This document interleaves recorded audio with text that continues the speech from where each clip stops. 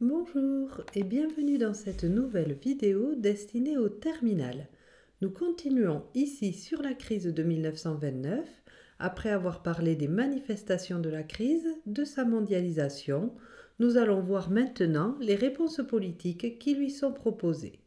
Tout d'abord, de nombreux pays ont adopté le protectionnisme en réponse à la détérioration économique.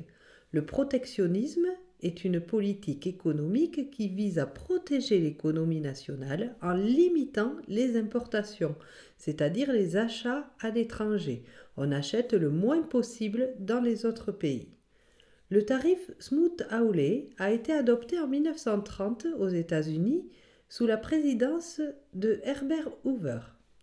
Ce tarif a considérablement augmenté les droits de douane, c'est-à-dire les taxes apportées à tous les produits qui rentrent sur le territoire, sur une large gamme de produits importés, dans le but de protéger les industries américaines, en rendant les produits étrangers plus chers et par conséquent moins compétitifs sur le marché américain. L'objectif principal de cette politique était de soutenir l'économie américaine en difficulté en encourageant la consommation de produits nationaux. Toutefois, ce tarif Smoot-Hawley a eu des conséquences indésirables. En augmentant les droits de douane sur les importations, le tarif a dissuadé les pays étrangers d'exporter vers les États-Unis, ce qui a entraîné une diminution significative du commerce international. De plus, beaucoup de pays ont réagi en imposant des tarifs similaires sur les produits américains, puisque les produits américains étaient taxés à l'entrée du pays, eux aussi taxaient les produits américains à l'entrée de leur pays. Cela a donc aggravé la crise économique mondiale et a contribué à une profonde récession. Finalement, ce tarif est souvent cité comme un exemple des dangers du protectionnisme dans une économie mondialisée. Les économies qui dépendaient des exportations ont été particulièrement touchées par ces politiques protectionnistes, ce qui a conduit à des pertes d'emplois et à une détérioration de l'économie. Elles ont donc aggravé la crise et ont ralenti sa sortie, car elles ont sapé la confiance des investisseurs et des consommateurs. Pendant la Grande Dépression, de nombreux pays ont mis en œuvre des politiques déflationnistes, souvent dans le but de stabiliser leurs économies.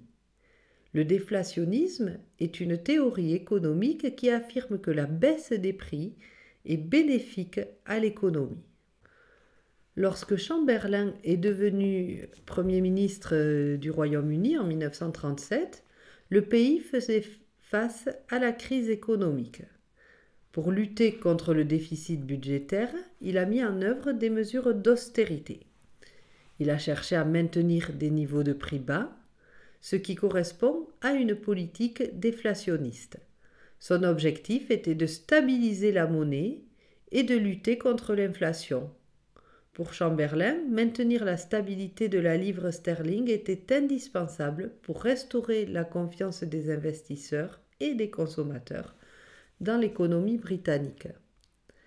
Le gouvernement a entrepris de couper dans les dépenses publiques pour tenter de rétablir l'équilibre budgétaire. Cela a souvent impliqué des mesures d'austérité qui ont eu un impact sur les services publics et le bien-être social.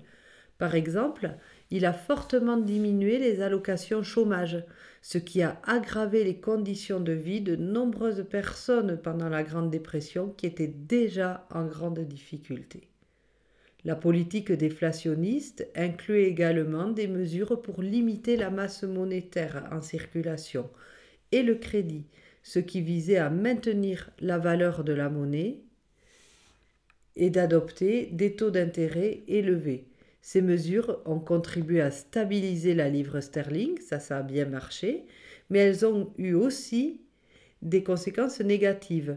Elles ont eu pour effet de dissuader l'investissement et de ralentir la croissance économique. Avec cette politique déflationniste, le chômage a augmenté, de nombreuses personnes se sont retrouvées sans emploi et sans soutien financier, ce qui a exacerbé les difficultés économiques. Comme les familles avaient moins d'argent à dépenser, la demande intérieure a diminué Et moins de consommation signifie moins de production, ce qui peut entraîner davantage de licenciements. Et finalement, c'est un cercle vicieux, on s'enfonce de plus en plus dans la crise. Au final, la crise économique et sociale a été aggravée par cette politique déflationniste. Le troisième type de réponse politique à cette crise de 1929 est la montée des populismes. Le populisme est un courant politique qui cherche à défendre le peuple contre des élites politiques, économiques et sociales. Ces élites sont perçues comme corrompues ou déconnectées des réalités du quotidien.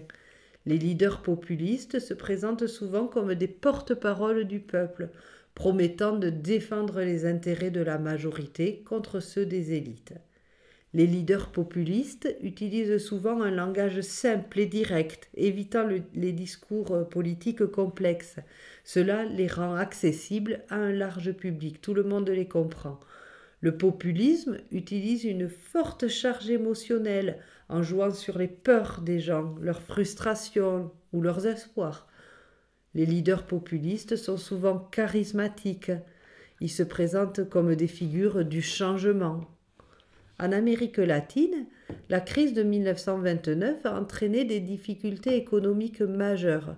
Elle a mis en évidence de fortes inégalités économiques et sociales, ce qui a provoqué un mécontentement populaire et a favorisé l'émergence des mouvements populistes qui promettaient des réformes pour défendre les plus pauvres. Certains mouvements populistes ont conduit à la mise en place de régimes autoritaires. Bien que le populisme lui-même ne soit pas intrinsèquement autoritaire, certains leaders populistes ont utilisé leur pouvoir pour concentrer les décisions politiques entre leurs mains et limiter les libertés civiles, les droits démocratiques. Ils sont donc devenus de véritables dictateurs. C'est le cas de Getúlio Vargas au Brésil. Il est arrivé au pouvoir suite à un coup d'État en 1930 qui a renversé le gouvernement en place.